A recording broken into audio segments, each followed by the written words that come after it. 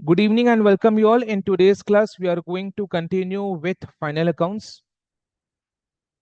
Adjustments को discuss कर रहे थे, कंटिन्यू करते हैं। ठीक है, तो आज सबसे पहले अपने डिस्कस करेंगे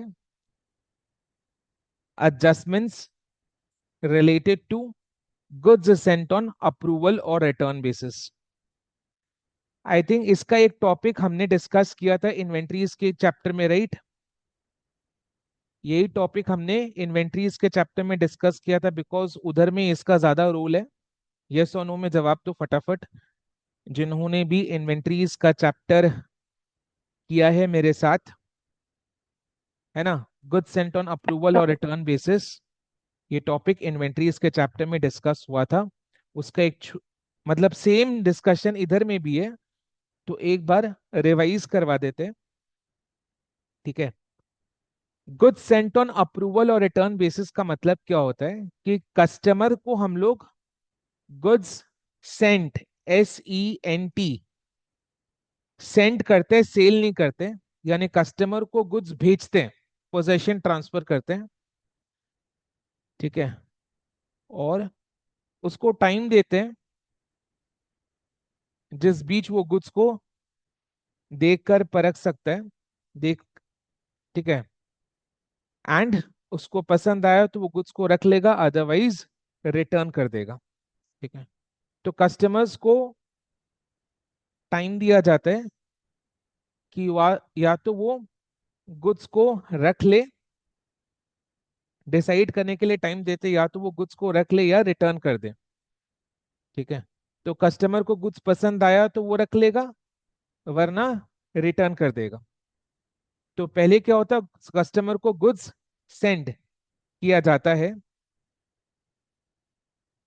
बेचते नहीं है, सेल नहीं करते, खाली सेंड करते हैं, पोजेशन ट्रांसफर करते हैं, ओनरशिप ट्रांसफर नहीं करते। देन उसको टाइम देते हैं कि आप टाइम लो, देखो गुड्स को, पसंद आया तो रख लेना। रख लेना मतलब हमारे लिए वो सेल अप्रूव हो गया। कस्टमर का अप्रूवल मतलब हमारे लिए वो सेल हो गया। अगर नहीं पसंद आया तो विद इन दिस टाइम आप रिटर्न कर सकते हैं, तो वो रिटर्न। तो गुड्स सेंट ऑन अप्रूवल और रिटर्न बेसिस। अब इससे रिलेटेड ट्रांजैक्शंस बुक्स में कैसे रिकॉर्ड होते हैं, कैसे रिकॉर्ड होते हैं?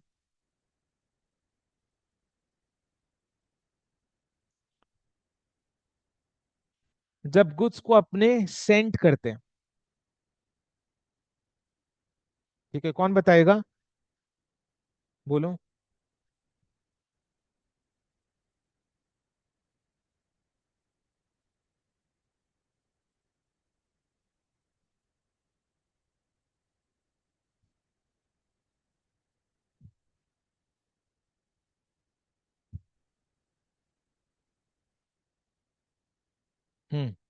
बोलो।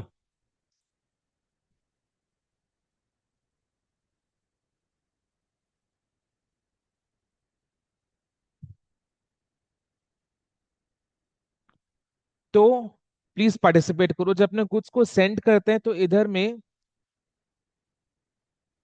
ओनरशिप ट्रांसफर हो रहा है, पोजेशन ट्रांसफर हो रहा है, दोनों ट्रांसफर हो रहा है, क्या हो रहा है? बोलो, कोई एक जन को तो पता होगा। When goods are sent to the customers on approval or return basis, then only possession is transferred, ownership is not transferred. ठीक है, बट ये जो ट्रांसफर हो रहा है पोजेशन का, this is not transfer of ownership. तो ये ट्रांसफर ऑफ पोजेशन को बुक्स में रिकॉर्ड सेल का एंट्री पास करके ही किया जाता है। तो सेल का एंट्री ही पास करते हैं अपने। सेल के लिए क्या एंट्री पास करते हैं? डेटर्स अकाउंट डेबिट, यानी trade receivables account debit to sale. तो इसको प्रॉपर एक सेल की तरह रिकॉर्ड करते हैं। ठीक है, जबकि सेल हुआ नहीं है, क्योंकि ओनरशिप ट्रांसफर नहीं हुआ, सिर्फ पोजेशन ट्रांसफर हुआ। ओनरशिप ट्रांसफर में फिर भी इसको सेल की तरह रिकॉर्ड करते हैं, यही सिस्टम फॉलो किया जाता है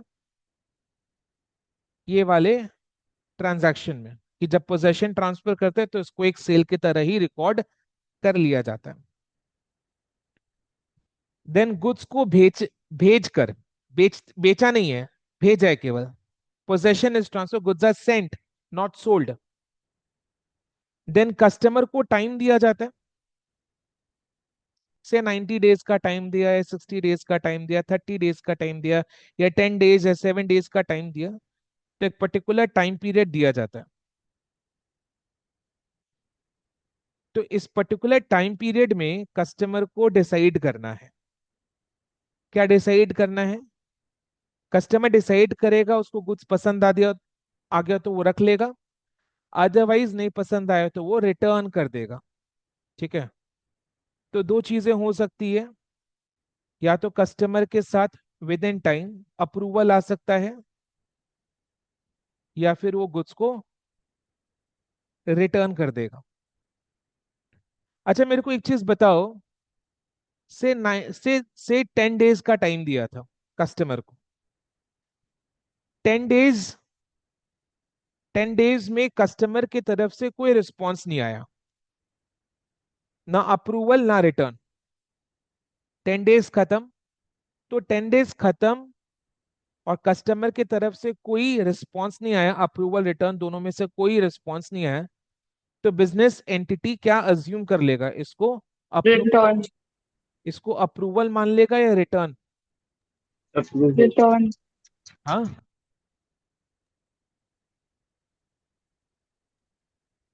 बोलो। Sir approval. Sir approval. Return. हाँ, गलत आंसर जो चीख चीख के बोले उसे हम पानी कहते हैं। ठीक है। तो इसको क्या मान लेगा? अप्रूवल। ठीक है। जैसे सिंपल से एग्जांपल लेते हैं पानी, जैसे अमेजन से आप कुछ खरीदा कभी, ऑनलाइन परचेज किया कोई भी आइटम, कोई भी आइटम? Yes sir. क्या परचेज, जी का जो भी चीज परचेज किया, अमेजन में एक रिटर्न पॉलिसी होता है। कितने डेज का होता है? 30 डेज। 30 डेज का रिटर्न पॉलिसी है। तो 30 डेज में, 30 डेज का टाइम आपको मिला है डिसाइड करने के लिए कि आप वो प्रोडक्ट को रखोगे या रिटर्न करोगे। ठीक है। तो 30 डेज का टाइम मिला है आपको डिसाइड करने के लिए कि आप वो प्रोडक्ट को रखने वाले हो या रिटर्न करोगे। सो 30 डेज का टाइम बीत गया। तो 30 डेज का टाइम जैसे ही बीतता है, तो आप amazon को रिस्पॉन्स करते हो क्या कि हाँ मैंने रख लिया है, थैंक यू सो मच, आपका प्रोडक्ट पसंद आया, मैं रिटर्न नहीं करने वाली हूँ, ऐसा कोई रिस्पॉन्स करते हो? नहीं सर। अलग से रिस्पॉन्स करना पड़ता है, वो I am so happy I using a product, I am very happy या ये। ठीक है। No sir. Not returning, right. तो ऐसा कोई रिस्पॉन्स आप नहीं करते। ठीक है। आप सिंपली गुड्स को रख लेते हैं और 30 डेज खत्म होते अमेजन का return policy close, return period खत्म। तो 30 डेज के बाद can you return? 30 no days sir. के बाद can you return? No. Answer no, you can not return. It means you have to keep. तो 30 डेज के बाद automatically if there is no return, it is approval. समझ में आया ना? It is approval, yes और नो बानी? Amazon clear है? Yes sir. हाँ। Yes sir. तो 30 डेज के बाद return is closed. So within 30 days, if you do not return, it is approval, because after 30 days you cannot return. So अगर 30 days, सो इसमें example में हमने कितना डेज लिया था? 10 डेज। सो 10 डेज के भीतर कोई रिस्पॉन्स नहीं आता है, अप्रूवल रिटर्न किसी का कुछ नहीं आता है, तो what shall we do? We take it as approval, we business entity takes it as approval, because there is no return and the time period to return has expired. 10 days has expired, there has been no return, so no return, time expired, it is what? Approval. Even if the customer does not communicate, because यही तय हुआ था amazon और बानी के बीच में, right? Yes और no? यही पॉलिसी है amazon और बानी के बीच में, राइट? Yes sir. तो नेक्स्ट आगे डिस्कस करते हैं। 10 डेज के भीतर अप्रूवल आ जाता है, या 10 डेज खत्म हो जाता है, रिटर्न नहीं हुआ, तो that is also approval. So in case of approval, approval means what? Sale is confirmed. Approval means what? Sale is confirmed. So 10 days के भीतर अप्रूवल आ जाता है, और या फिर 10 डेज खत्म हो जाता है, रिटर्न नहीं होता। तो 10 डेज खत्म, रिटर्न नहीं हुआ, यानी अप्रूवल। सो अप्रूवल के केस में the sale is approved, the sale is confirmed. तो now if the sale is confirmed, ये बुक्स में कैसे रिकॉर्ड होगा? इसको तो भेजते टाइम ही सेल की तरह रिकॉर्ड कर लिया था, भेजते टाइम ये सेल की तरह रिकॉर्ड हो गया था। तो जब अप्रूवल हो जाएगा, अप्रूवल के टाइम दोबारा से सेल रिकॉर्ड करने का जरूरत नहीं है, there will be no entry. Clear है? बिकॉज गुड्स को भेजते टाइम ही सेल रिकॉर्ड कर लिया था, जबकि सेल हुआ नहीं था, ओनरशिप ट्रांसफर नहीं हुआ था, पोजेशन ट्रांसफर हुआ था। बट ये सिस्टम में ऐसे ही होता है कि जब गुड्स को भेजते हैं ऑन अप्रूवल और रिटर्न बेसिस, तो उसको प्रॉपर सेल की तरह रिकॉर्ड किया जाता है, एंड देन इसके बाद within the time approval आ जाता है, तो there is no entry, there is no second entry for sale. Sale को दोबारा रिकॉर्ड नहीं किया जाता, तो देर इज नो एंट्री। हाँ, रिटर्न अगर हो गया तो हम लोग सेल को रिवर्स कर देंगे, बिकॉज सेल जो ऊपर में रिकॉर्ड किया था वो सेल हुआ नहीं, तो सेल का इफेक्ट को बुक्स में से रिमूव करना है, तो सेल को रिवर्स कर देंगे। राइट, ये सिंपल सी कहानी है। ठीक है, अब ये कहानी में ट्विस्ट कब आता है? फाइनल अकाउंट्स के टाइम। ये कहानी में ट्विस्ट कब आता है? फाइनल अकाउंट्स के टाइम। क्या ट्विस्ट आता है? हुआ ये कि से सपोज आपने 15 फेब को गुड्स सेंड किया था, ठीक है, एंड आपने कितने मंथ्स का टाइम दिया था? से 2 मंथ्स का टाइम दिया था। तो आपका टाइम एक्सपायर होता है 15 अप्रैल।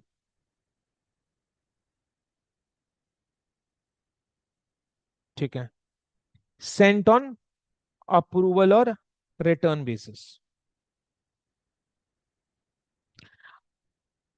सेंट ऑन अप्रूवल और रिटर्न बेसिस में आपने गुड्स सेंड किया था ऑन 15 फेब। ठीक है, तो जब आपने 15 फेब को एक गुड्स सेंड किया, तो what is the, how is it recorded in the books? What is the journal entry? It is recorded as a normal sale, for which the entry is debtors account debit to sales account। ठीक है, तो customer को goods भेज दिया है, भेजने के बाद बुक्स में इसको नॉर्मल सेल की तरह रिकॉर्ड कर लिया, नॉर्मल सेल की तरह रिकॉर्ड कर लिया। कस्टमर के पास 2 मंथ्स का टाइम है, 15 अप्रैल तक, डिसाइड करने के लिए वो गुड्स को रखेगा या रिटर्न करेगा। इस बीच हमारा financial year, accounting year and हो जाता है 31 मार्च, ईयर एंड आ जाता है। ईयर एंड में अपने फाइनल अकाउंट्स प्रिपेयर करते हैं, अकाउंट्स को फाइनलाइज करते हैं, जहां पर अपने दो चीज करते हैं। एक है trading and profit and loss account prepare करते हैं, दूसरा बैलेंस शीट प्रिपेयर करते हैं। एंड फाइनल अकाउंट्स प्रिपेयर करते टाइम हमें क्या दिमाग में रखना है? ट्रू एंड फेयर व्यू, यानी सब सच बताना है, कोई गलत इंफॉर्मेशन नहीं देना है, सब सच बताना, ट्रू एंड फेयर व्यू। ठीक है, राइट। तो 31 मार्च को क्या पोजीशन है? 31 मार्च को ये पोजीशन है कि कस्टमर के पास से ना तो हाँ ना तो ना का जवाब आया। यानी कस्टमर ने ना तो अप्रूवल का यस बोला है ना गुड्स को रिटर्न किया है। और इसमें कुछ गलत नहीं, बिकॉज कस्टमर के पास 15 अप्रैल तक का टाइम है, तो उसके पास और 15 दिन का टाइम है। तो कस्टमर के एंड से देयर इज नो मिस्टेक। ठीक है, तो कस्टमर के पास अभी भी टाइम है, तो वो नेक्स्ट 15 डेज में भी डिसाइड कर सकता है कि गुड्स को रखना है, अप्रूवल देना है या रिटर्न कर देना है। बट 31 मार्च को तो हमारा ईयर एंड हो जाता है, हम अपना बुक्स ऑफ अकाउंट्स को क्लोज करते हैं। तो ईयर एंड डेट में क्या पोजीशन है? ईयर एंड डेट में पोजीशन है कि approval is pending. Year end date में क्या पोजीशन है? कि अप्रूवल इज पेंडिंग, यानी इंतजार है हमें कस्टमर के जवाब का। ठीक है, ठीक है। अब 31 मार्च को हम अकाउंट्स को फाइनलाइज कर रहे हैं, जिसे हमें थ्रू एंड फेयर व्यू बताना है। अब मेरे को बताओ थ्रू एंड फेयर व्यू कैसे बताएं? 31 मार्च से पहले 15 फेब को जो हमने गुड्स भेजा था, उसका अप्रूवल अभी तक नहीं आया। एंड 15 फेब को हमने इसे सेल की तरह रिकॉर्ड कर लिया। अभी तक अगर अप्रूवल नहीं आया तो उसको सेल नहीं मानना चाहिए, है कि नहीं?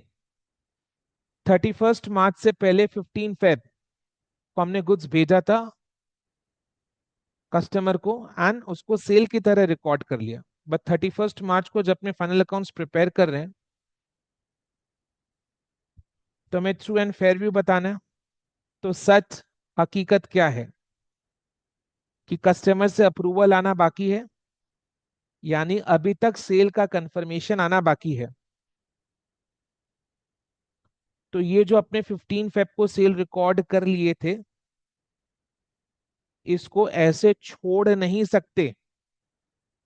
ये जो 15 फेब को अपने सेल रिकॉर्ड कर लिए थे, इसको 31 मार्च में ऐसे छोड़ नहीं सकते। ये सच नहीं है, क्योंकि सेल हुआ नहीं है, क्योंकि अप्रूवल आना बाकी है, अप्रूवल इज पेंडिंग। तो सच यही है, अप्रूवल आना बाकी है, तो ये कंफर्म नहीं हुआ कि सेल है। तो ये कंफर्म नहीं हुआ कि ये सेल है, तो इसको सेल की तरह रिकॉर्ड नहीं रख सकते। रिकॉर्ड तो कर लिया था, बट इसको 31 मार्च वाले डेट में एज अ सेल रिकॉर्ड किया हुआ नहीं रख सकते। एज इट इज इसको नहीं रख सकते, ये बुक्स में नहीं रखा हुआ होना चाहिए। तो क्या करेंगे? बुक्स में से इसका इफेक्ट को रिवर्स कर देंगे। तो रिवर्स करने के लिए क्या करना है? ऑपोजिट एंट्री पास करना है। ऑपोजिट एंट्री पास करना है। तो ऑपोजिट एंट्री यानी, बोलो, 31 मार्च को सबसे पहले सेल को रिवर्स करेंगे।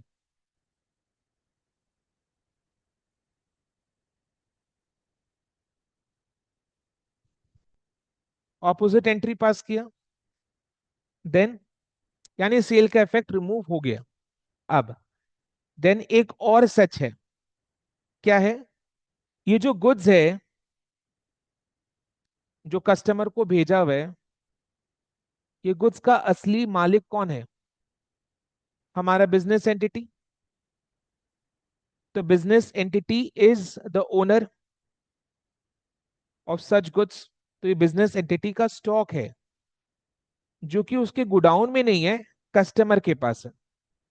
बट है तो ये बिजनेस एंटिटी का माल बट है तो ये बिजनेस एंटिटी का, बिजनेस एंटिटी इसका मालिक है। फर्क सिर्फ इतना है कि बिजनेस एंटिटी के वेयरहाउस गोडाउन में नहीं है, ये कस्टमर के यहाँ है। बट है तो बिजनेस एंटिटी का ही। तो ये बिजनेस एंटिटी का अनसोल्ड स्टॉक है। ऑब्वियस सा बात है, सेल कंफर्म नहीं हुआ तो ये अनसोल्ड स्टॉक की तरह ट्रीट होगा in the final accounts. Sale approval अगर पेंडिंग है, यानी ये सेल कंफर्म नहीं हुआ, तो जो स्टॉक कस्टमर के पास पड़ा हुआ है ये अनसोल्ड स्टॉक की तरह ट्रीट होगा, यानी बिल्कुल ये क्लोजिंग स्टॉक की तरह ट्रीट होगा। एंड क्लोजिंग स्टॉक को बुक्स में एंटर कैसे किया जाता है ऑन 31 मार्च?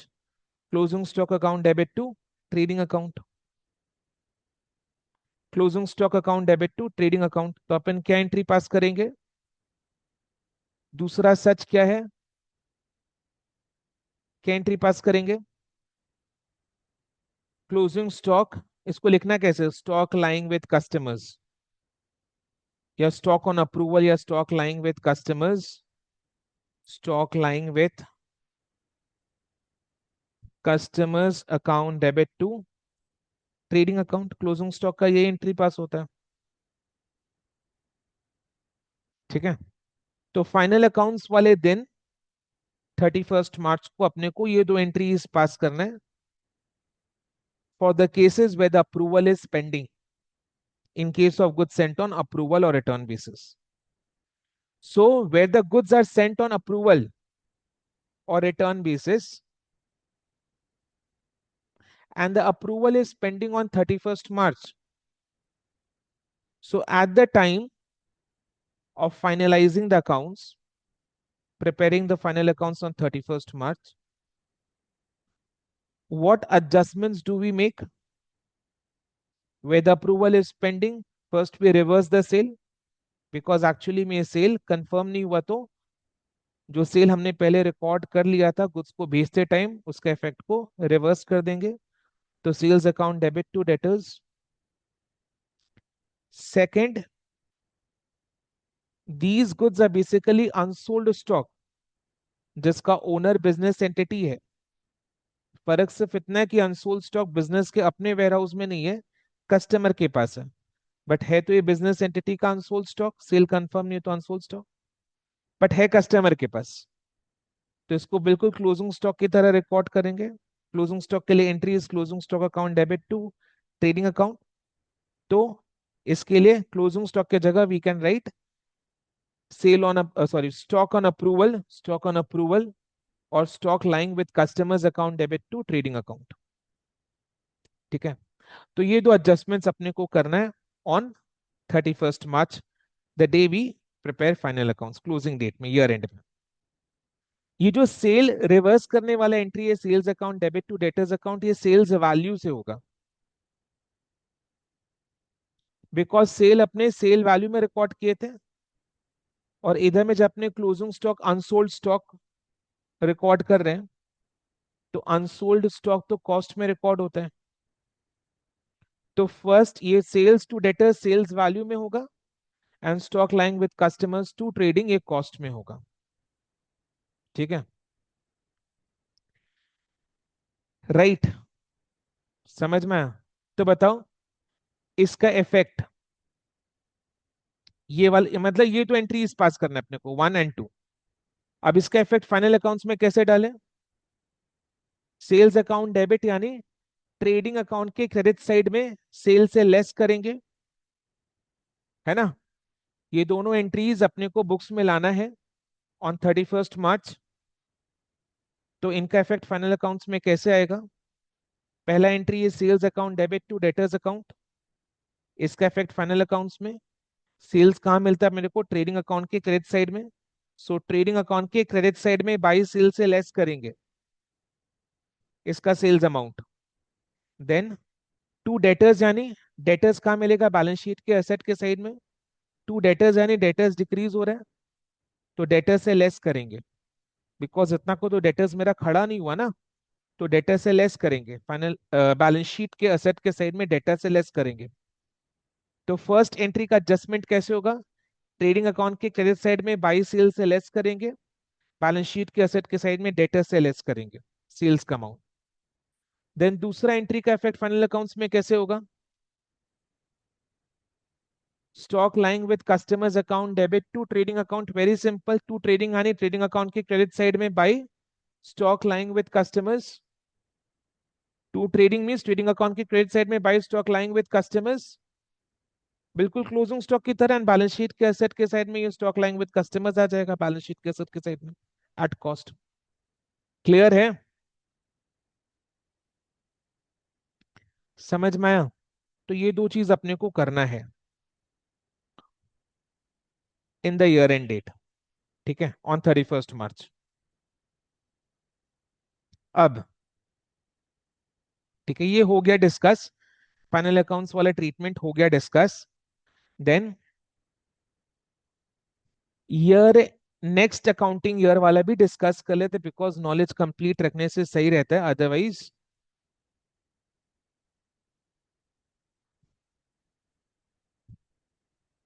प्रॉब्लम हो सकता है। सो 15 अप्रैल, 15 अप्रैल यानी 1 अप्रैल, 31 मार्च तक का तो डिस्कस हो गया। तो 1 अप्रैल से लेकर 15 अप्रैल के बीच में दो चीजें हो सकती हैं, या तो अप्रूवल आ सकता है यानी सेल कंफर्म्ड है, या तो रिटर्न हो सकता है। सपोज अगर रिटर्न हो गया, सपोज अगर से 10 अप्रैल को रिटर्न हो गया, वो पूरा रिटर्न हो गया, तो क्या करेंगे बोलो? No entry. There will be no entry, there will be no entry, क्योंकि ऑलरेडी हमने 31 मार्च को सेल रिवर्स कर दिया था, 31 मार्च को ये सेल रिवर्स हो गया था। तो जब बाद में ये रिटर्न हो रहे हैं, तो इसको दोबारा से रिवर्स करने का जरूरत नहीं है, क्योंकि पहले ही 31 मार्च को रिवर्स कर दिए थे ट्रू एंड फेयर व्यू के चक्कर में। तो ये पहले से रिवर्स होके रखा हुआ है, बाद में जब रिटर्न होगा तो दोबारा रिवर्स नहीं करने का जरूरत है, नहीं करना। तो there will be no entry. And अगर अप्रूवल हो जाएगा तो सेल एंट्री। सेल का एंट्री रिकॉर्ड कर लेंगे, यानी सबको याद है वो इन्वेंट्री वाला चैप्टर, वेरी गुड। यानी अगर अप्रूवल हुआ तो फिर से सेल का एंट्री रिकॉर्ड कर लेंगे, बिकॉज 31 मार्च को हमने सेल रिवर्स कर दिया था। अब बाद में क्या हुआ, ये सेल एक्चुअली में हो गया, तो सेल का एंट्री रिकॉर्ड करना पड़ेगा, बिकॉज पहले 31 मार्च को हमने सेल रिवर्स कर दिया था। बाद में जब ये सेल अप्रूव हो जाता है तो फिर से सेल का एंट्री रिकॉर्ड होगा। क्लियर? समझ में आया? क्लियर है? So this is the total discussion for sale of goods on approval और रिटर्न बेसिस। मन तो कर रहा है इसमें एक क्वेश्चन पूरा का पूरा सॉल्व कर लूं, बट एज सच उतना रिक्वायरमेंट नहीं है, एंड क्लास के रिस्पॉन्स से पता चल रहा है कि इन्वेंट्रीज के चैप्टर के में तो क्लियर ही था, एंड अभी फाइनल अकाउंट्स में एक बार पूरा रिवाइज करने से सबके दिमाग में है ये, तो ये हो जाएगा। ठीक है?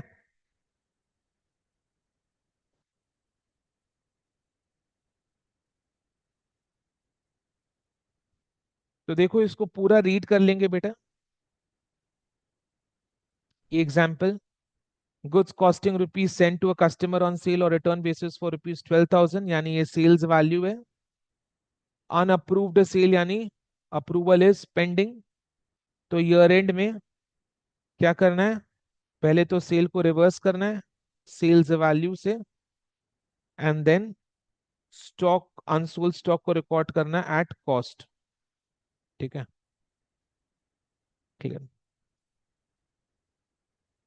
देन 3 में काफी सारे मिसलेनियस एडजस्टमेंट्स हैं, ऑलमोस्ट एक जैसा ही है, जैसे अपने गुड्स को अगर दूसरे दूसरे पर्पसेस के लिए यूज करते हैं। जैसे एग्जाम्पल, जैसे प्रोप्राइटर ने जैसे प्रोप्राइटर ने या बिजनेस ने कुछ गुड्स डोनेट कर दिया, जैसे स्टेशनरी का दुकान है, ठीक है, या इलेक्ट्रॉनिक्स का दुकान है, तो उसने दिवाली के मौके पर लाइटिंग्स वगैरह एक एनजीओ को दे दिया है। ठीक है? या स्टेशनरी का दुकान है तो ऑर्फनेज को स्टेशनरी बांट दिया है। ठीक है? So that is donation. So इसको कैसे रिकॉर्ड करेंगे, donation account debit to purchases. To purchases क्यों? परचेज किया हुआ स्टॉक आपका डिक्रीज हो रहा है, परचेजेस एक्सपेंस है, डिक्रीज होगा तो क्रेडिट करोगे।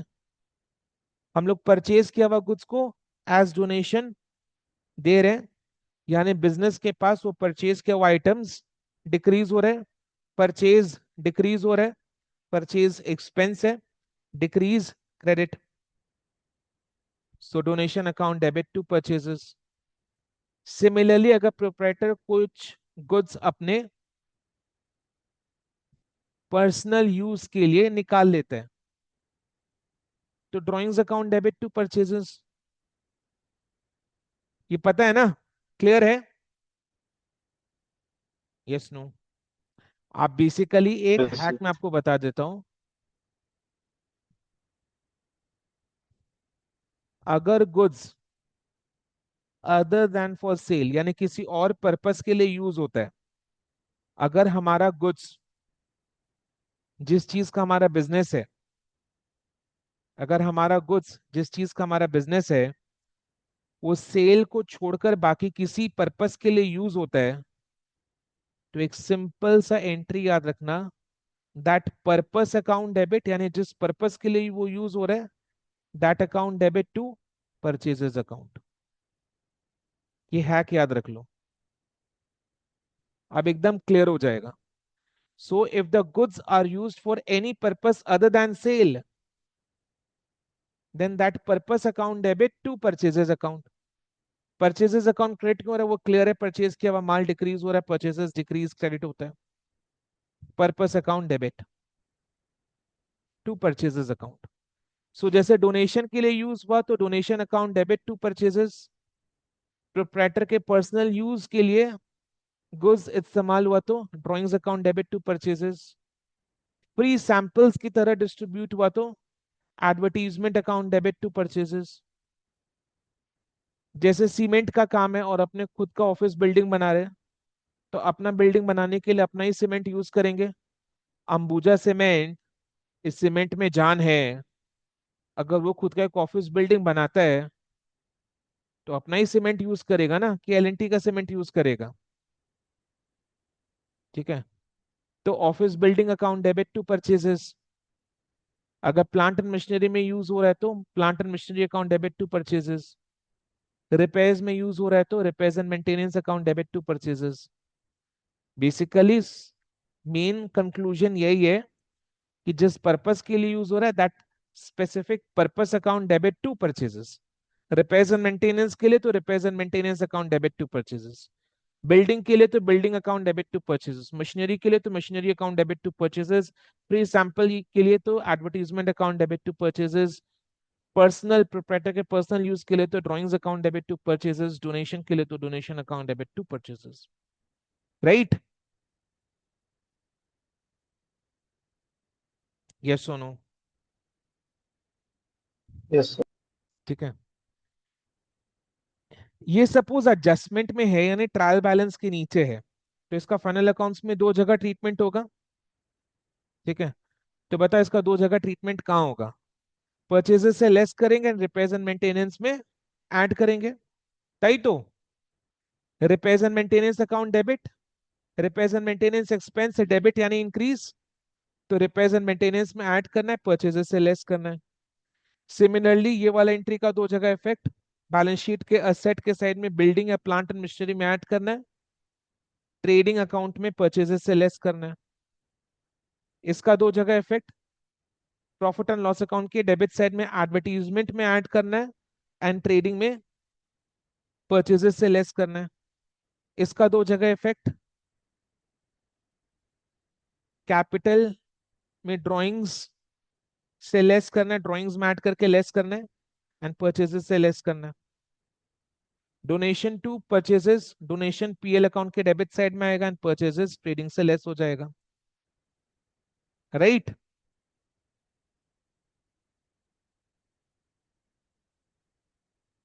ये सोनो फटाफट बताओ। Yes, sir. क्लियर?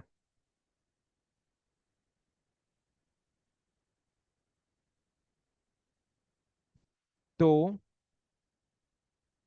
ये adjustments for goods which are used other than for sale।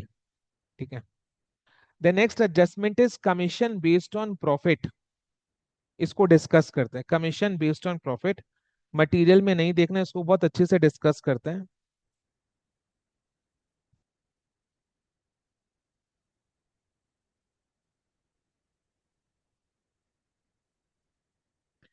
ये commission based on profit basically company के बड़े बड़े मैनेजर्स को दिया जाता है,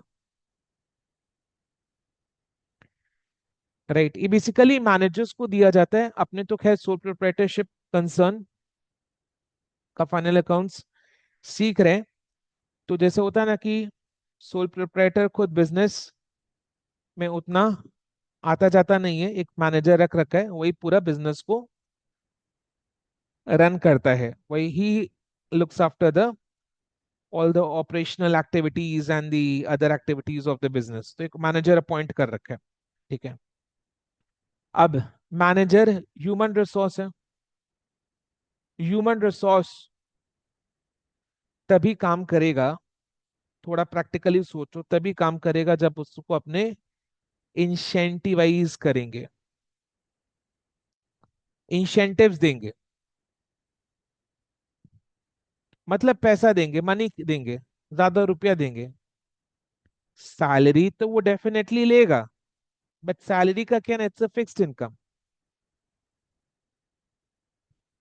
वो हर महीना 31st को या 30th को बैंक अकाउंट में क्रेडिट हो जाता है,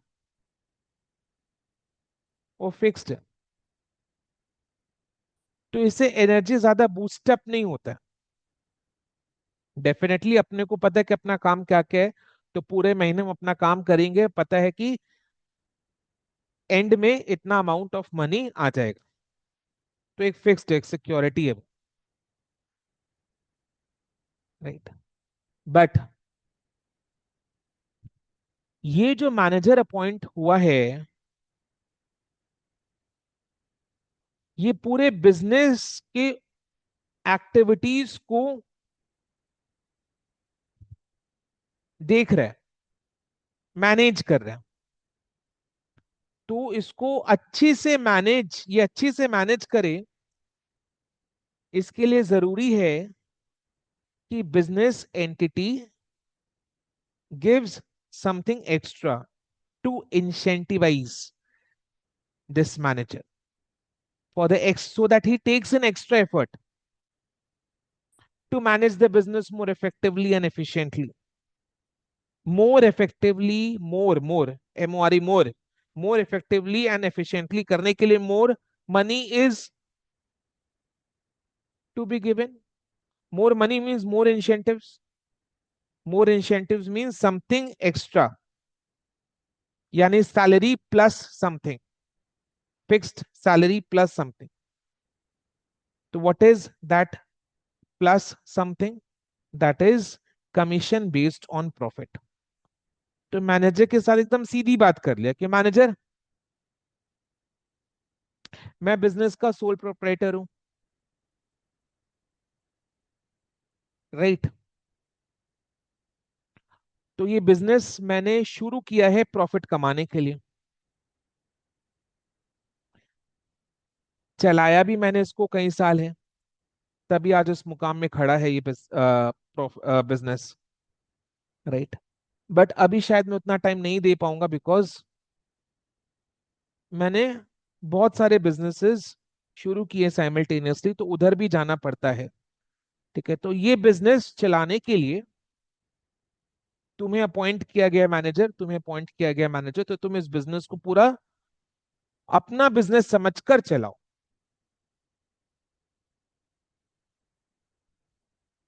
तो जो प्रॉफिट ये बिजनेस कमाता है उस पर एक कमीशन तुमको मिलेगा। तो बिजनेस का जितना प्रॉफिट होगा उस पर एक कमीशन, एक परसेंटेज कमीशन। तो इस तरीके से मैनेजर के मन में लालच डाल दिया कि you will be given commission based on profit, means if there is loss there is no commission, if there is more profit more commission, if there is less profit less commission. Now it is up to you how you manage the business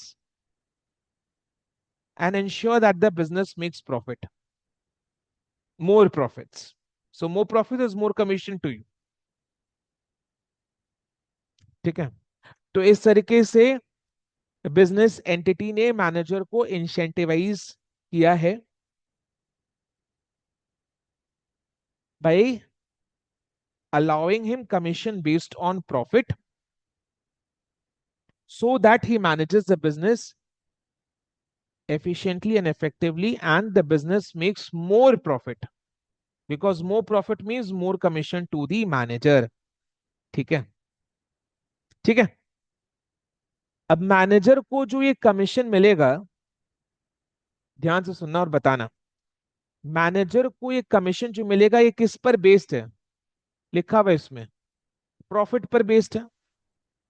और profit अपने कौन से point of time में calculate करते हैं, year के and में, Year end. year end में when the accounts are finalized, final accounts are prepared, profit is calculated by preparing trading and profit and loss account. Profit is determined by preparing trading and profit and loss account. तो ये year end में profit निकलेगा तो उस पर manager को commission मिलेगा। ठीक है, राइट। यानी कि ईयर एंड में जो कमीशन अपन निकालेंगे, ये कमीशन जो मैनेजर को देना होगा, ये बिजनेस के लिए एक्सपेंस है, right? This commission is expense for the business, Yes, sir. yes or no? This commission is expense for the business.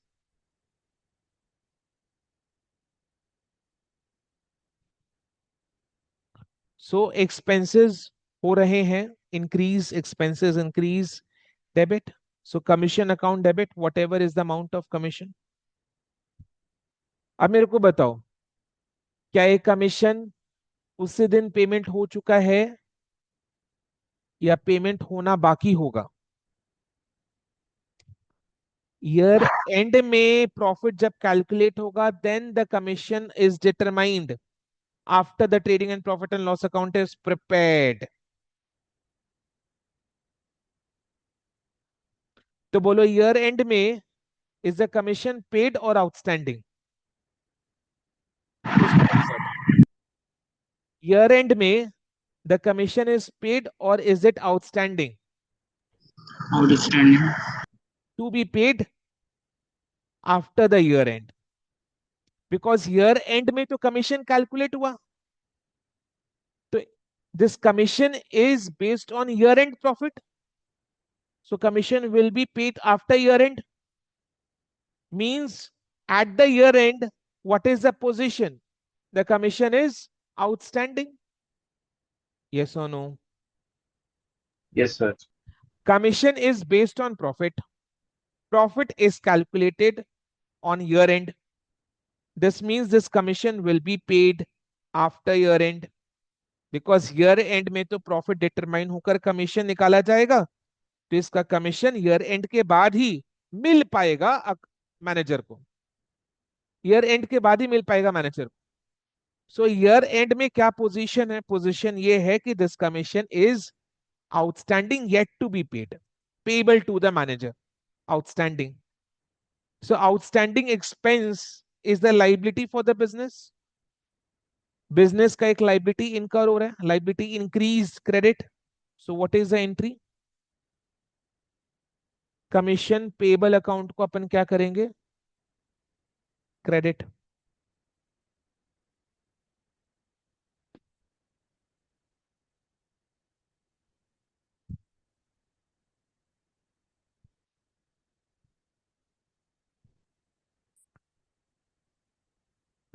थोड़ा हाइपोथेटिकली समझा रहा हूं ताकि आपके दिमाग में भेजे में बात घुस जाए।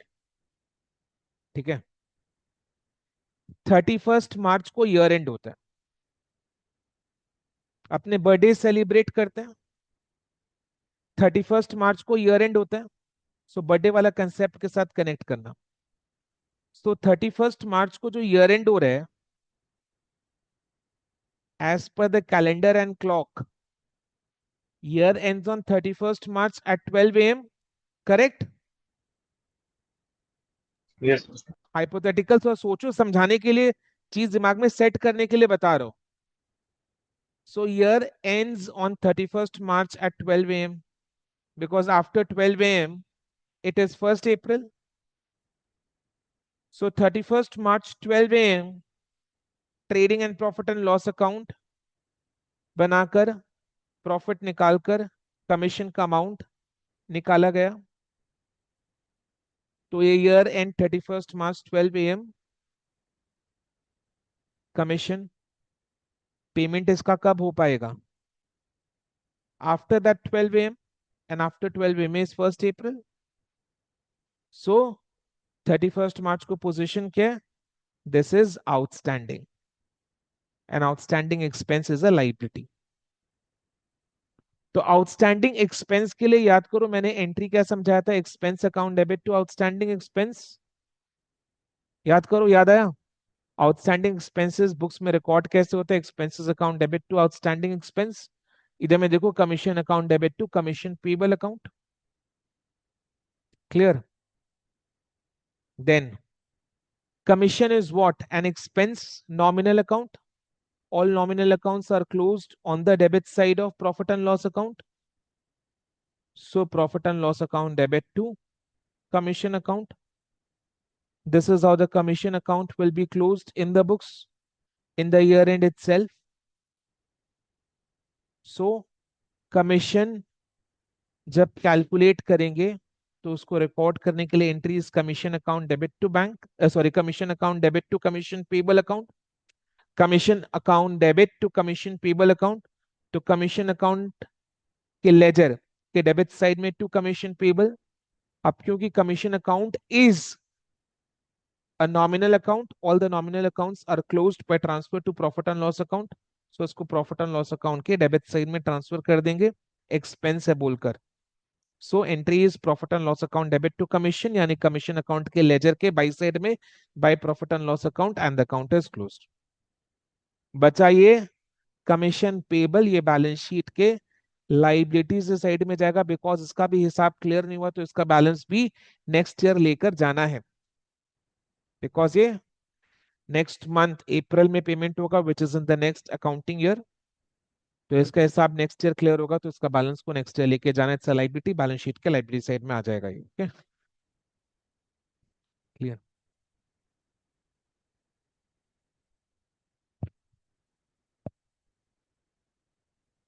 अब सबसे इंपॉर्टेंट डिस्कशन, एंट्रीज क्लियर है? So commission related to entries है. कमीशन रिलेटेड टू एंट्रीज है. टू एंट्रीज क्या है? Commission account debit to commission payable and then profit and loss account debit to commission. इन दोनों एंट्रीज का effect final accounts में कैसे आएगा? प्रॉफिट एंड लॉस अकाउंट के डेबिट साइड में, प्रॉफिट एंड लॉस अकाउंट के प्रॉफिट एंड लॉस अकाउंट के डेबिट साइड में to commission and then balance sheet के लायबिलिटी साइड में commission payable. Okay, clear?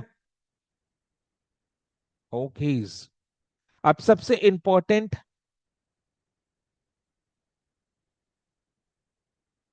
How to calculate commission. ये depend करता है कि कमीशन कैसे दिया जाता है. ये डिपेंड करता है कमीशन कैसे दिया जाता है. There are two possible ways in which commission दिया जाता है इन जनरल मार्केट में. Number one is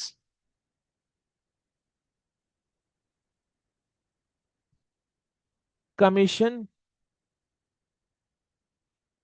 on net profit.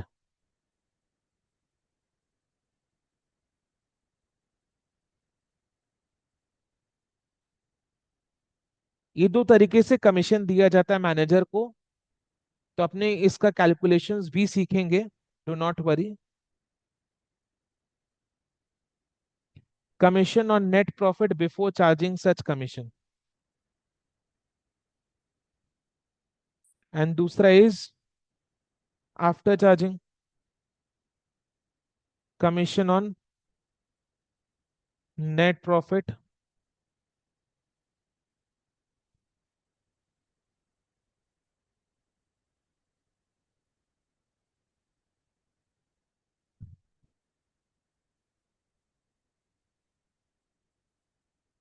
commission on net profit before charging such commission and commission on net profit after charging such commission. Ready for the discussion? But इसके लिए जरूरी है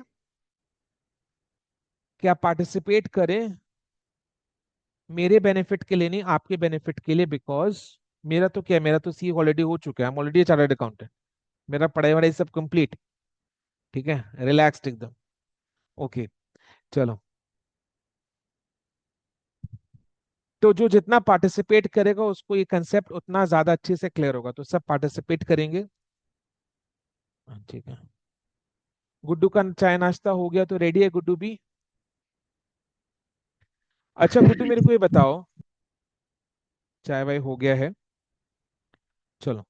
तो गुड्डू मेरे को ये बताओ कि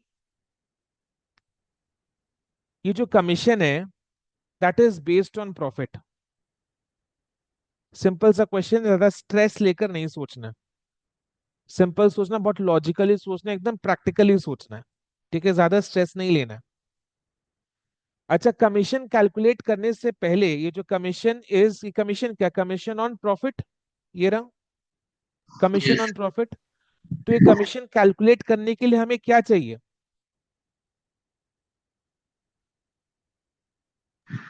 सेल वैल्यू और नेट प्रॉफिट होना चाहिए। गुड्डू मजा नहीं आया, मूड खराब हो गया। Commission is based on profit, तो कमीशन कैलकुलेट करने के लिए आपको क्या चाहिए? वन वर्ड आंसर दिया हुआ आंसर, प्रॉफिट। ठीक है, तो कमीशन कैलकुलेट करने के लिए मेरे को प्रॉफिट चाहिए, एंड प्रॉफिट की प्रॉफिट डिटरमाइन करने के लिए what do we prepare? Trading and profit and loss account. पहले ट्रेडिंग अकाउंट जिससे ग्रॉस प्रॉफिट निकलेगा, then profit and loss account जिससे नेट प्रॉफिट निकलेगा। तो कमीशन कैलकुलेट करने के लिए हमने trading and profit and loss account बनाकर नेट प्रॉफिट निकाला। सब जन पार्टिसिपेट करो, नॉट ओनली हिम, सबके लिए ओपन है ये नाउ। तो commission is based on profit,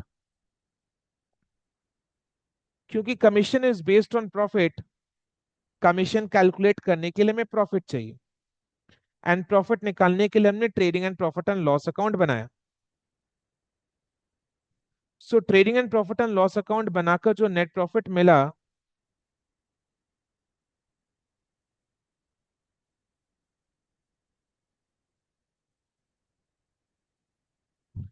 क्या ये नेट प्रॉफिट में कमीशन का इफेक्ट है? यस सर है। क्या अभी तक नहीं आया कमीशन में इसका इफेक्ट? इफेक्ट आ गया। नो सर नहीं आया। मेरा क्वेश्चन है, ये जो नेट प्रॉफिट हमने निकाला, आप चीज को पूरा समझो पहले, मैं रिपीट भी करूंगा, पहले क्वेश्चन बता दो फिर से रिपीट करूंगा। तो ये जो नेट प्रॉफिट हमने निकाला, ये नेट प्रॉफिट में कमीशन का इफेक्ट आ चुका है, या अभी तक कमीशन कैलकुलेट ही नहीं हुआ और कमीशन का इफेक्ट आना बाकी है? बोलो कौन सा सच है, वन बाकी या? है, बाकी है। कमीशन अभी तक कैलकुलेट नहीं हुआ, बाकी है। कमीशन का इफेक्ट आना बाकी है, राइट? ये सोनो सब अग्री करते हैं? एक बार बताओ यस नो। Yes, sir. ठीक है, so commission is based on profit, यानी कमीशन कैलकुलेट करने के लिए हमें प्रॉफिट चाहिए, एंड प्रॉफिट निकालने के लिए हम trading and profit and loss account बनाते हैं। ट्रेडिंग अकाउंट से ग्रॉस प्रॉफिट निकलता है, ग्रॉस प्रॉफिट को अपने प्रॉफिट एंड लॉस अकाउंट में ट्रांसफर करते हैं, देन वहां से सारे इनडायरेक्ट एक्सपेंसेस को माइनस करने या इफेक्ट देने के बाद नेट प्रॉफिट निकलता है। ये जो नेट प्रॉफिट हमने निकाला, ये जो नेट प्रॉफिट हमने निकाला, इसमें बताना इसमें कमीशन का इफेक्ट है, नंबर वन, या फिर अभी तक कमीशन कैलकुलेट होना बाकी है, या फिर अभी कमीशन कैलकुलेट होना बाकी और उसमें कमीशन का इफेक्ट नहीं है? बोलो वन या कमीशन टू। कमीशन कैलकुलेट होना बाकी है, इस प्रॉफिट में अभी कमीशन का इफेक्ट नहीं है, राइट? यानी ये जो नेट प्रॉफिट हमने कैलकुलेट किया, इसमें कमीशन का इफेक्ट अभी तक नहीं आया, यस और no, just simple. Yes, sir. Yes, sir. Yes. तो ये जो नेट प्रॉफिट हमने कैलकुलेट किया, इसमें कमीशन का इफेक्ट अभी तक नहीं आया। तो क्या आपने इसको इंग्लिश लैंग्वेज में net profit before charging such commission बोल सकते हैं? Yes, sir. क्या इसको अपने इंग्लिश में, हिंदी में बताया, इंग्लिश में कन्वर्ट कर रहे हैं?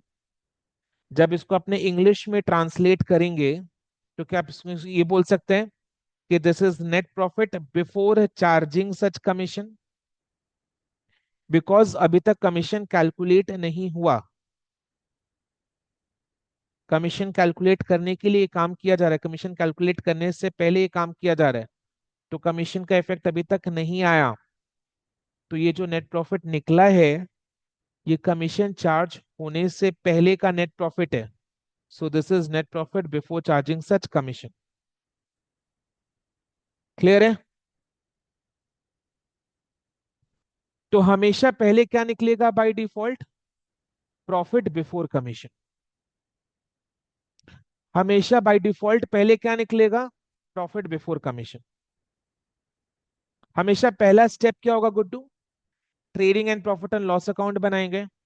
ट्रेडिंग अकाउंट से ग्रॉस प्रॉफिट निकलेगा, ग्रॉस प्रॉफिट पीएल अकाउंट में ट्रांसफर करेंगे। पीएल के क्रेडिट साइड में सारे इनडायरेक्ट इनकम जैसे rent received, dividend received, interest received, commission received, ये सब आएगा। बैड डेट रिकवरी आएगा। एंड डेबिट साइड में सारे इनडायरेक्ट एक्सपेंसेस आ जाएंगे। देन नेट प्रॉफिट निकलेगा। अभी तक इस नेट प्रॉफिट में कमीशन का इफेक्ट नहीं है, बिकॉज कमीशन का कैलकुलेशन होना बाकी है। तो this net profit is before charging commission. Commission का इफेक्ट से पहले का नेट प्रॉफिट है ये। अभी तक कमीशन कैलकुलेट ही नहीं हुआ। तो this is net profit before charging such commission. Charging का मतलब क्या होता है? चार्जिंग मतलब एक्सपेंसेस को अपने पीएल में चार्ज करते। This is the language we use. Charging का मतलब क्या? जिधर आप चार्जिंग देख लोगे ना, समझ लेना उसके बाद में जो हम चीज लिखा है वो एक्सपेंस होगा। Because expenses are charge to PL. ये this is the language we use real life में। So we charge all the expenses to the PL. We charge all the expenses to the PL means we debit all the expenses to the PL. So charging is always used for all the expenses by default है ये। Charge यानी expense है। Charge is another name for expense, ऐसे समझ के रखो। समझ में आया? तो चार्जिंग सच एक्सपेंस मतलब कमीशन का एक्सपेंस का इफेक्ट, यानी प्रॉफिट एंड लॉस अकाउंट के डेबिट साइड में कमीशन का इफेक्ट देने से पहले net profit. So charging means expense, charge means expense. ये बहुत काम आने वाले आगे चलकर। मेरे को तो बहुत बाद में पता चला कि चार्ज का मतलब एक्सपेंस ही होता है। मैं आपको अभी से बता रहा हूँ, चार्ज मीन्स एक्सपेंस। चार्ज जब भी सुनेंगे मतलब वो एक्सपेंस है। So it is a charge to P L expense. Charge खाली वर्ड चार्ज है, मतलब एक्सपेंस है। आई विल चार्ज यू, तो यानी आपके लिए वो एक्सपेंस है। ठीक है? तो चार्ज मीन्स एक्सपेंस। तो net profit before charging such commission means net profit before commission expense. मतलब before commission expense is debited to profit and loss account. तो हमेशा बाय डिफॉल्ट, हमेशा बाय डिफॉल्ट पहले क्या निकलता है कमीशन के लिए? नेट प्रॉफिट बिफोर कमीशन, है ना?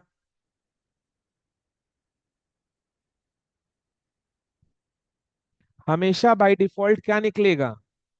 कमीशन कैलकुलेट करने के लिए नेट प्रॉफिट निकाला जा रहा है, तो बाय डिफॉल्ट हमेशा पहले हमें क्या मिलेगा?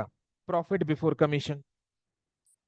एंड ये जो वन है, वन में क्या लिखा हुआ है? Commission on net profit before charging such commission. तो ये तो अपने को पहले से ही मिल जाता है।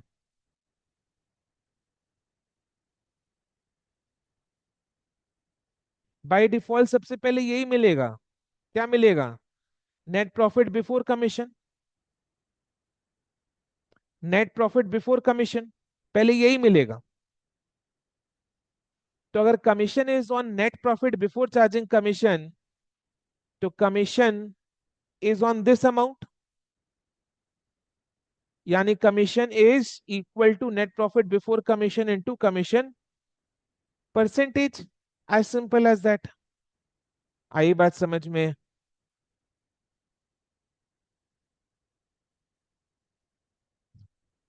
क्लियर है?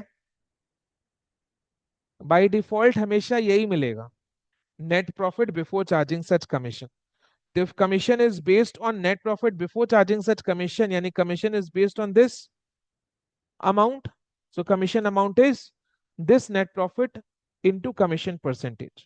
तो सिंपली जो नेट प्रॉफिट हमने निकाला कमीशन का इफेक्ट देने से पहले, सिंपली जो नेट प्रॉफिट हमने निकाला कमीशन का इफेक्ट देने से पहले, उस पर 10%, उस पर कमीशन का परसेंटेज।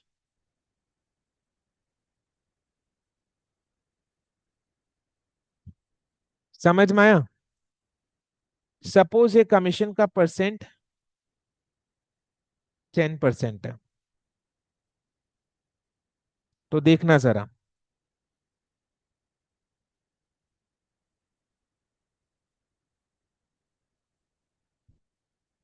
इसमें किसी को भी कंफ्यूजन है तो एक बार प्लीज बोलो।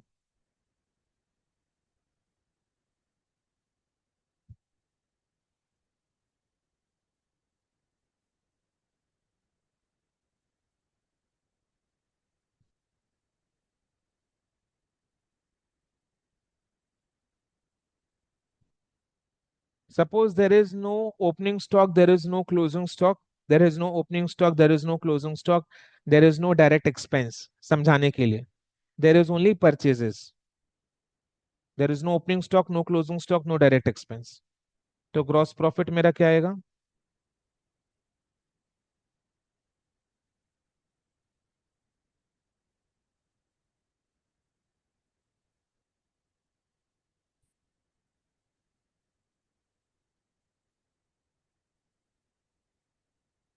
फिर पीएल अकाउंट शुरू होगा, उसके क्रेडिट साइड में by gross profit B by D 20,000। And suppose एक ही इनडायरेक्ट एक्सपेंस है, से सैलरीज, से वो 9,000 का है, ठीक है, salaries.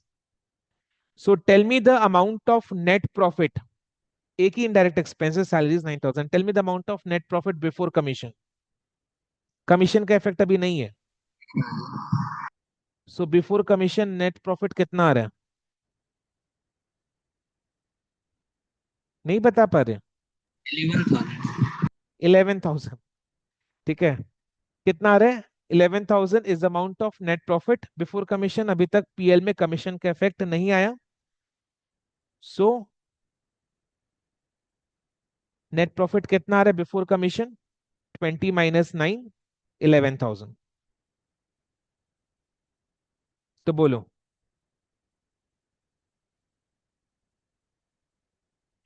Net profit before commission कितना है? 11,000। कमीशन का परसेंटेज 10% है। Commission is on net profit before charging such commission, and the net profit before commission is 11,000। 11,000 का फ्लैट 10% is 1,100, यानी कमीशन इज 1,100। कमीशन का इफेक्ट बताओ फाइनल अकाउंट्स में। To commission. हाँ, पीएल के डेबिट में 2 कमीशन 1,100। देन नेट प्रॉफिट कितना आएगा? नेट प्रॉफिट कितना आ रहा है? 9,900। 9,900।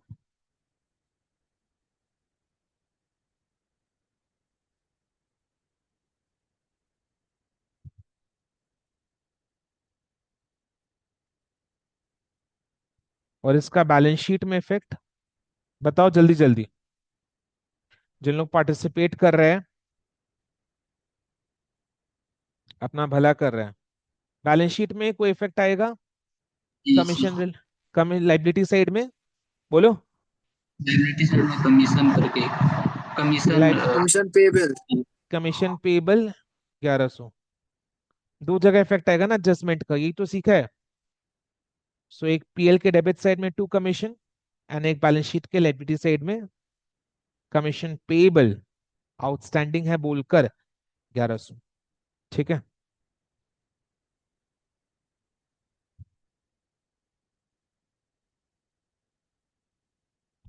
ये क्लियर है। चलो अब आ जाते हैं मेन डिस्कशन में। मेन डिस्कशन क्या है? Commission on net profit after charging such commission.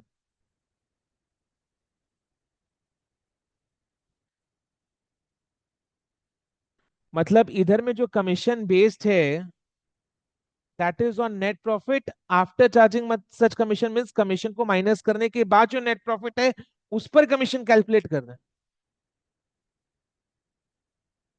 क्या है ये? Commission is based on net profit after charging such commission, यानी पहले तो नेट प्रॉफिट में से कमीशन का एक्सपेंस माइनस करो, पहले कमीशन का इफेक्ट दो नेट प्रॉफिट में, देन जो बैलेंस नेट प्रॉफिट है उस पर कमीशन कैलकुलेट होगा। तो कंफ्यूजन हो गया। कमीशन कैलकुलेट करके किस पर किया जाएगा? वो नेट प्रॉफिट जो कमीशन चार्ज होने के बाद आया। बट कमीशन कैलकुलेट कर, समझ में आ रहा ना? फंस गए ना अपने? कमीशन कैलकुलेट करने के लिए कमीशन कैलकुलेट होगा on net profit after charging such commission. तो पहले ये वाला नेट प्रॉफिट कैलकुलेट करने के लिए तुम्हें कमीशन को चार्ज करना पड़ेगा, एंड वही कमीशन कैलकुलेट करने के लिए भी require net profit after charging such commission.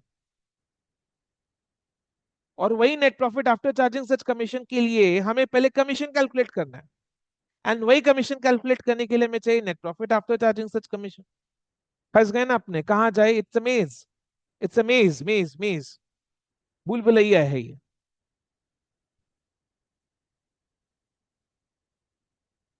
I hope you are understanding the चीज। यस और no? Yes, sir. Yes, sir. किसको भूल भुलैया वाला फीलिंग आया?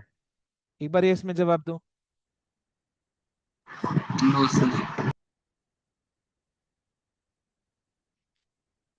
ठीक है, तो इस पहेली मतलब इस पहेली को कैसे सुलझाया जाए, कैसे इसको किया जाए? अच्छा, इस पहेली को सुलझाने से पहले एकदम बेसिक सा क्वेश्चन, जरा से भी स्ट्रेस मत लेना।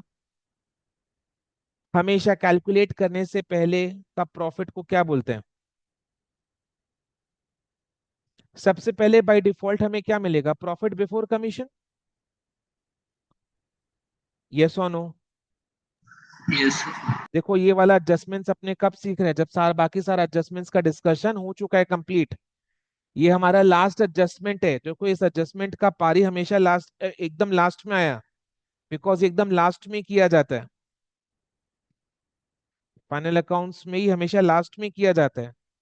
तो देखो सारा एडजस्टमेंट सीखने के बाद इसका डिस्कशन एकदम लास्ट में दिया है, मटेरियल में भी। तो बाय डिफॉल्ट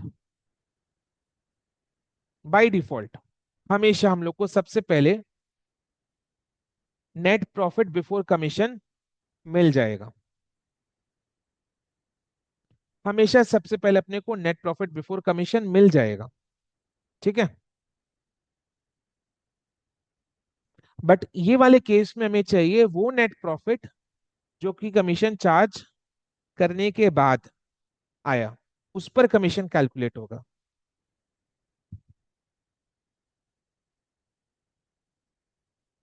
तो कमीशन कैलकुलेट करने के लिए हमें पहले नेट प्रॉफिट में कमीशन चार्ज करना पड़ेगा, और वही कमीशन कैलकुलेट करने के लिए हमें नेट प्रॉफिट चाहिए after charging commission. Commission calculate करने के लिए हमें नेट प्रॉफिट में पहले कमीशन चार्ज करना पड़ेगा, और वही कमीशन के लिए हमें वो नेट प्रॉफिट चाहिए। तो ये है वो भूल भुलैया। बट हमें पता है कि सारा एडजस्टमेंट्स का इफेक्ट देने के बाद हमें trading and profit and loss account में से बाय डिफॉल्ट हमेशा पहले हमेशा पहले प्रॉफिट बिफोर कमीशन हाथ आएगा। ठीक है, ओके, ये चीज क्लियर है। ओके, से ये वाले केस में कमीशन का परसेंटेज से 10% है। ठीक है, अब मैं कुछ चीजें बताने जा रहा हूं, ठीक है, उसको एकदम ध्यान से सुनेंगे एंड फिर इसको आजीवन याद रख लेना है। ठीक है, क्या है, सपोज क्वेश्चन में कमीशन का परसेंटेज है 10% क्वेश्चन में, तो मैनेजर को कमीशन मिलेगा, commission at the rate of 10%, 10% on, on, on मतलब ऊपर, on net profit after, after charging such commission. यानी कमीशन का जो परसेंटेज है 10%, that will be calculated on, it is based on net profit after commission. Am I right? Yes or no में जवाब दो। Yes, sir. Yes. तो अब जो बोल रहा हूं उसको ध्यान से सुनना। जिस चीज पर, जिस चीज पर परसेंटेज बेस्ड है, बहुत ज्ञान की बात है, जिस चीज पर परसेंटेज बेस्ड है उसको हमेशा पहले 100 पकड़ लो। इधर में जैसे कमीशन का जो परसेंटेज है ये किस पर बेस्ड है, नेट प्रॉफिट आफ्टर कमीशन पर बेस्ड है। तो हमेशा गुरु मंत्र है ये कि जिस पर परसेंटेज बेस्ड, यानी जिसके ऊपर परसेंटेज लगाना है, जिसके ऊपर परसेंटेज लगाना है उसको 100 धर लो। तो इधर में कमीशन का percentage 10% is on net profit after charging such commission, so commission का percentage is based on net profit after commission. तो परसेंटेज किस पर बेस्ड है, किस पर है, नेट प्रॉफिट आफ्टर कमीशन। तो जिसके ऊपर कमीशन, जिसके ऊपर परसेंटेज लगाना है, जिसके ऊपर कमीशन का परसेंटेज लगाना है, जिसके ऊपर कोई भी परसेंटेज है, ये सारे परसेंटेज वाले के लिए एप्लीकेबल है, सारे परसेंटेज वाले कैलकुलेशंस के लिए एप्लीकेबल है। तो जिस पर परसेंटेज लगाना है उसको 100 पकड़ लो। तो इधर में कमीशन का जो परसेंटेज है वो नेट प्रॉफिट आफ्टर कमीशन पर लगाना है। तो let net profit after commission is equal to ₹100। हाय राम, कितना आसान हो गया। अगर नेट प्रॉफिट आफ्टर कमीशन ₹100 है तो कमीशन तो इसी नेट प्रॉफिट पर बेस्ड है, नेट प्रॉफिट आफ्टर कमीशन पर है।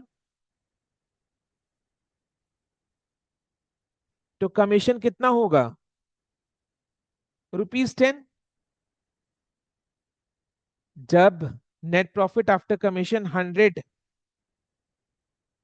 होगा तो कमीशन तो इसी नेट प्रॉफिट आफ्टर कमीशन पर बेस्ड है। तो commission at the rate of 10% और net profit after commission will be 100 का 10%। यानी क्या समझ में आया, आफ्टर कमीशन नेट प्रॉफिट 100 है एंड कमीशन 100 का 10%, 10। मेरे को एक सिंपल सी चीज बता दो, हु कैन टेल मी, एकदम सिंपल सा मैथ्स है, can you tell me net profit before commission, ये दोनों चीजों को कंसिडर करके can you tell me what is net profit before commission. After commission 100 है एंड कमीशन 10 है, तो बिफोर कमीशन कितना हुआ नेट प्रॉफिट, 110. 110। Thank God. ठीक है, 110, तो before commission 110, commission is 10, after commission 100। तो हमें क्या मिल गया, हमें कमीशन के रिश्तेदार मिल गए, हमारे हम रिलेशन सेट हो गया। क्या रिलेशन सेट हुआ कि जब नेट प्रॉफिट बिफोर कमीशन 110 है तो कमीशन 10 है, ये रिलेशन सेट हो गया, एक रिलेशन सेट हो गया। अगर नेट प्रॉफिट बिफोर कमीशन 110 है यानी कमीशन 10 है, ये रिलेशन मिल गया, ये रिलेशन मिल गया कि ऐसे केस में नेट प्रॉफिट बिफोर कमीशन 110 है तो कमीशन 10 है। हमने क्या पकड़ा, नेट प्रॉफिट आफ्टर कमीशन को 100, क्योंकि कमीशन का percentage 10% is based on net profit after commission. तो सर ने क्या गुरु मंत्र दिया था कि जिस पर परसेंटेज लगाना है उसको 100 पकड़ लो। तो कमीशन का percentage net profit after commission पर लगाना है। तो नेट प्रॉफिट आफ्टर कमीशन को 100 मान लिया, मान लिया, मान लिया। तो commission 10% on net profit after commission is 100 का 10% इज 10। तो कमीशन 10 मिल गया।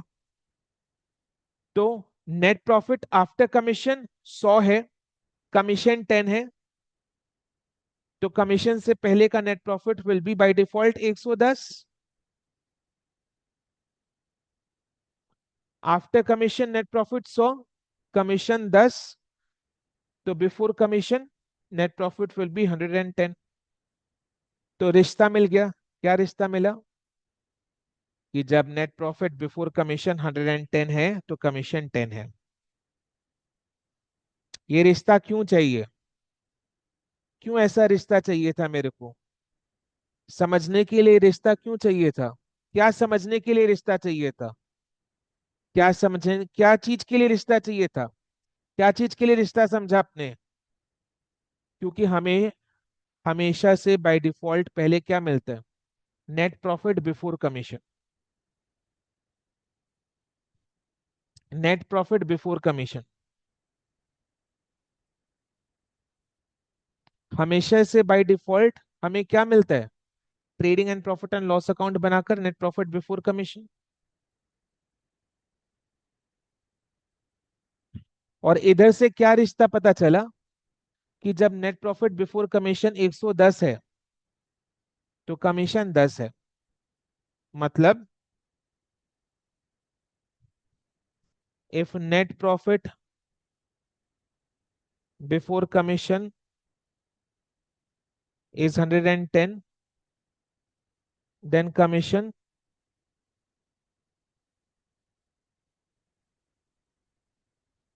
is equal to 10।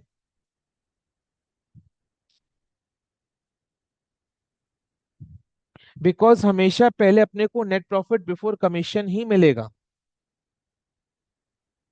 तो उसी को यूज करके कमीशन कैलकुलेट करना है। बट कमीशन का जो परसेंटेज है that is based on net profit after charging such commission. तो जरूरी है कि हम net profit before commission and commission के बीच का रिश्ता निकालें, क्योंकि हमें हाथ में सबसे पहले क्या आएगा, trading and profit and loss account बनाकर नेट प्रॉफिट बिफोर कमीशन।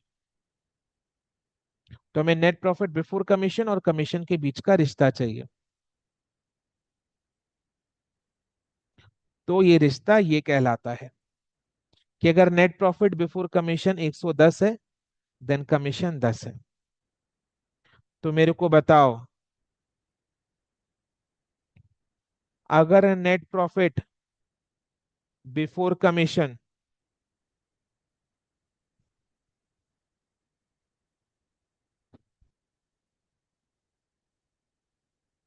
से ₹1 हुआ,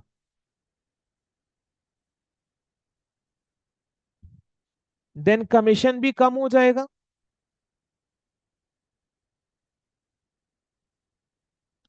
टेन बाय 110 हो जाएगा यूनिटरी मेथड। कम करने के लिए अपने डिवाइड करते हैं,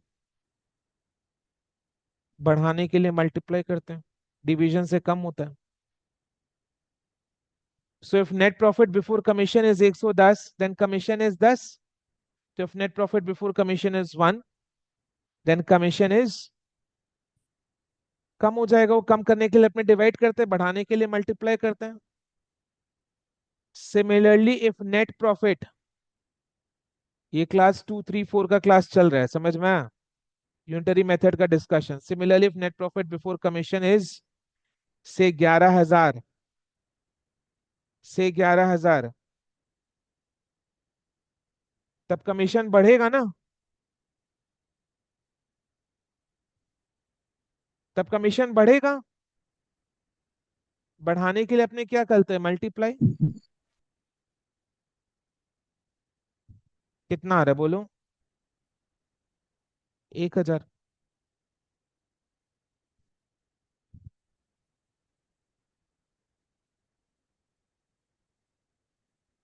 I hope unitary method recall हुआ। एकदम बेस से पढ़ाया मैंने, अज्यूमिंग कि आपको यूनिटरी मेथड भूल गए थे आप। रिकॉल करवाया, रिवाइज करवाया। हमें नेट प्रॉफिट बिफोर कमीशन और कमीशन का बीच का रिश्ता निकालना है। रिश्ता निकालने का नीड है। नीड इसीलिए है बिकॉज अपने को सबसे पहले ट्रेडिंग पीएल बनाकर नेट प्रॉफिट बिफोर कमीशन ही मिलता है। तो इसलिए जरूरी कि हम कमीशन और नेट प्रॉफिट बिफोर कमीशन का रिश्ता निकालें। इधर में क्या था, डायरेक्टली रिश्ता दिया हुआ था कि commission is the 10% on net profit before commission. तो नेट प्रॉफिट बिफोर कमीशन तो निकलता ही है, उसका 10% कमीशन डायरेक्ट रिश्ता दिया हुआ था। इधर में अपने को रिश्ता निकालने का एफर्ट डालना पड़ा, क्योंकि commission was based on net profit after charging such commission। तो डायरेक्ट रिश्ता नहीं दिया हुआ था। तो हमें net profit before commission and commission के बीच का रिश्ता चाहिए, बिकॉज ट्रेडिंग पीएल बनाकर क्या मिलेगा, नेट प्रॉफिट बिफोर कमीशन। तो जरूरी है कि हम net profit before commission commission के बीच का रिश्ता को निकालें, तभी अपने कमीशन कैलकुलेट कर पाएंगे, नहीं तो नहीं। तो उसके लिए हमने क्या किया, जिस चीज पर परसेंटेज बेस्ड उसको 100 पकड़कर ये सारा रिश्ता निकाला कि अगर नेट प्रॉफिट आफ्टर कमीशन 100 है तो कमीशन इसका 10% यानी 10 होगा। तो नेट प्रॉफिट आप बिफोर कमीशन 110 होगा। रिश्ता पता चल गया? क्या रिश्ता पता चला? If net profit before commission is 110 then commission is 100 10।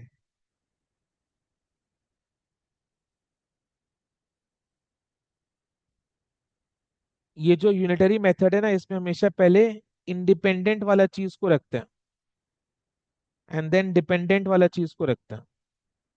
जो इफ एंड देन का अपने स्टेटमेंट बनाते हैं यूनिटरी मेथड में, इसमें पहले इंडिपेंडेंट वाला चीज को रखते हैं देन डिपेंडेंट वाला चीज को रखते हैं।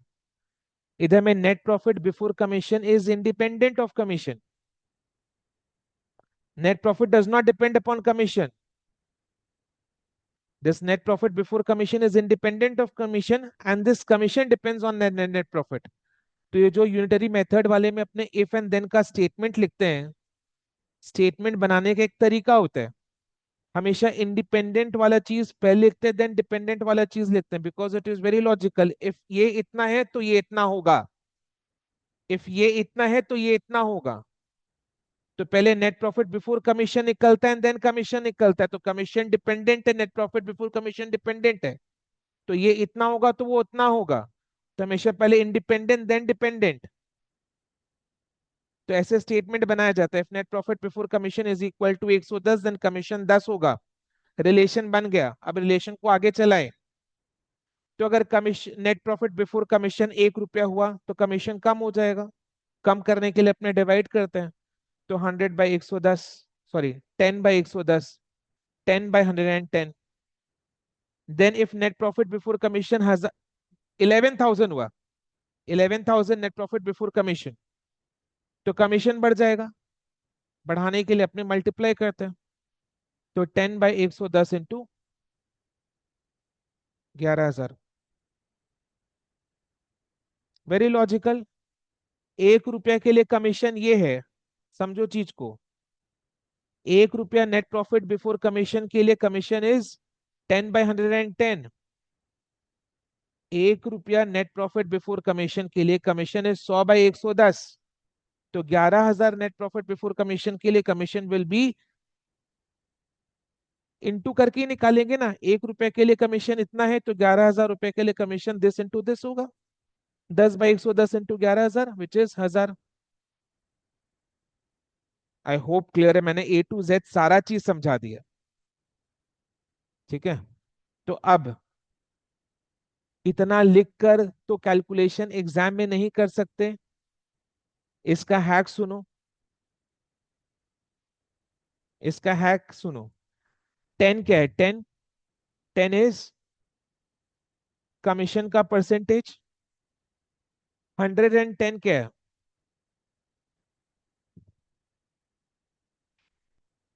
100 प्लस कमीशन का परसेंटेज इंटू 11,000। 11,000 क्या है? Net profit before commission. तो अपने को ये फॉर्मूला याद रखना। So if commission is based on net profit after charging such commission, then इसका कैलकुलेशन ऐसे किया जाता है। हमेशा नेट प्रॉफिट बिफोर कमीशन ही पहले मिलता है, तो net profit before commission into commission percentage by 100 plus commission percentage.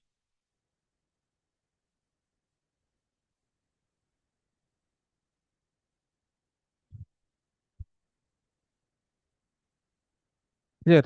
So if net profit, sorry, if commissions is say 15% after charging such commission, तो बोलो कैसे निकालोगे net profit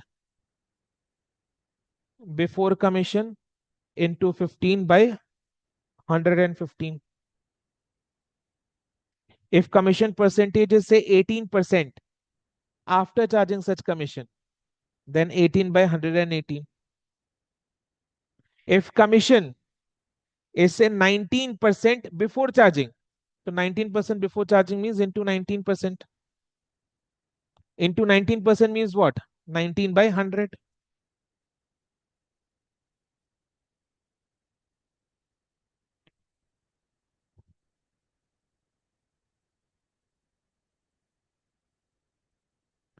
I hope crystal clear है। Yes no? फटाफट जवाब Yes, तो दे sir. दो, है ना? क्लास 11 में किए थे अपने ये, Yes, sir. बट ये डिटेल्स में समझे थे क्या यूनिटरी मेथड लगाकर?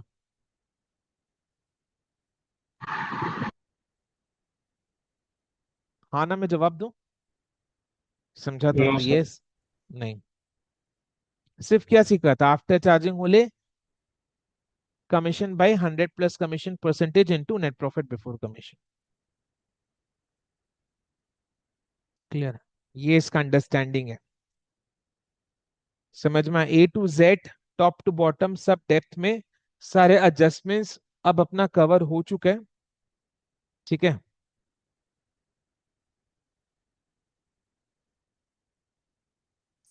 क्लियर?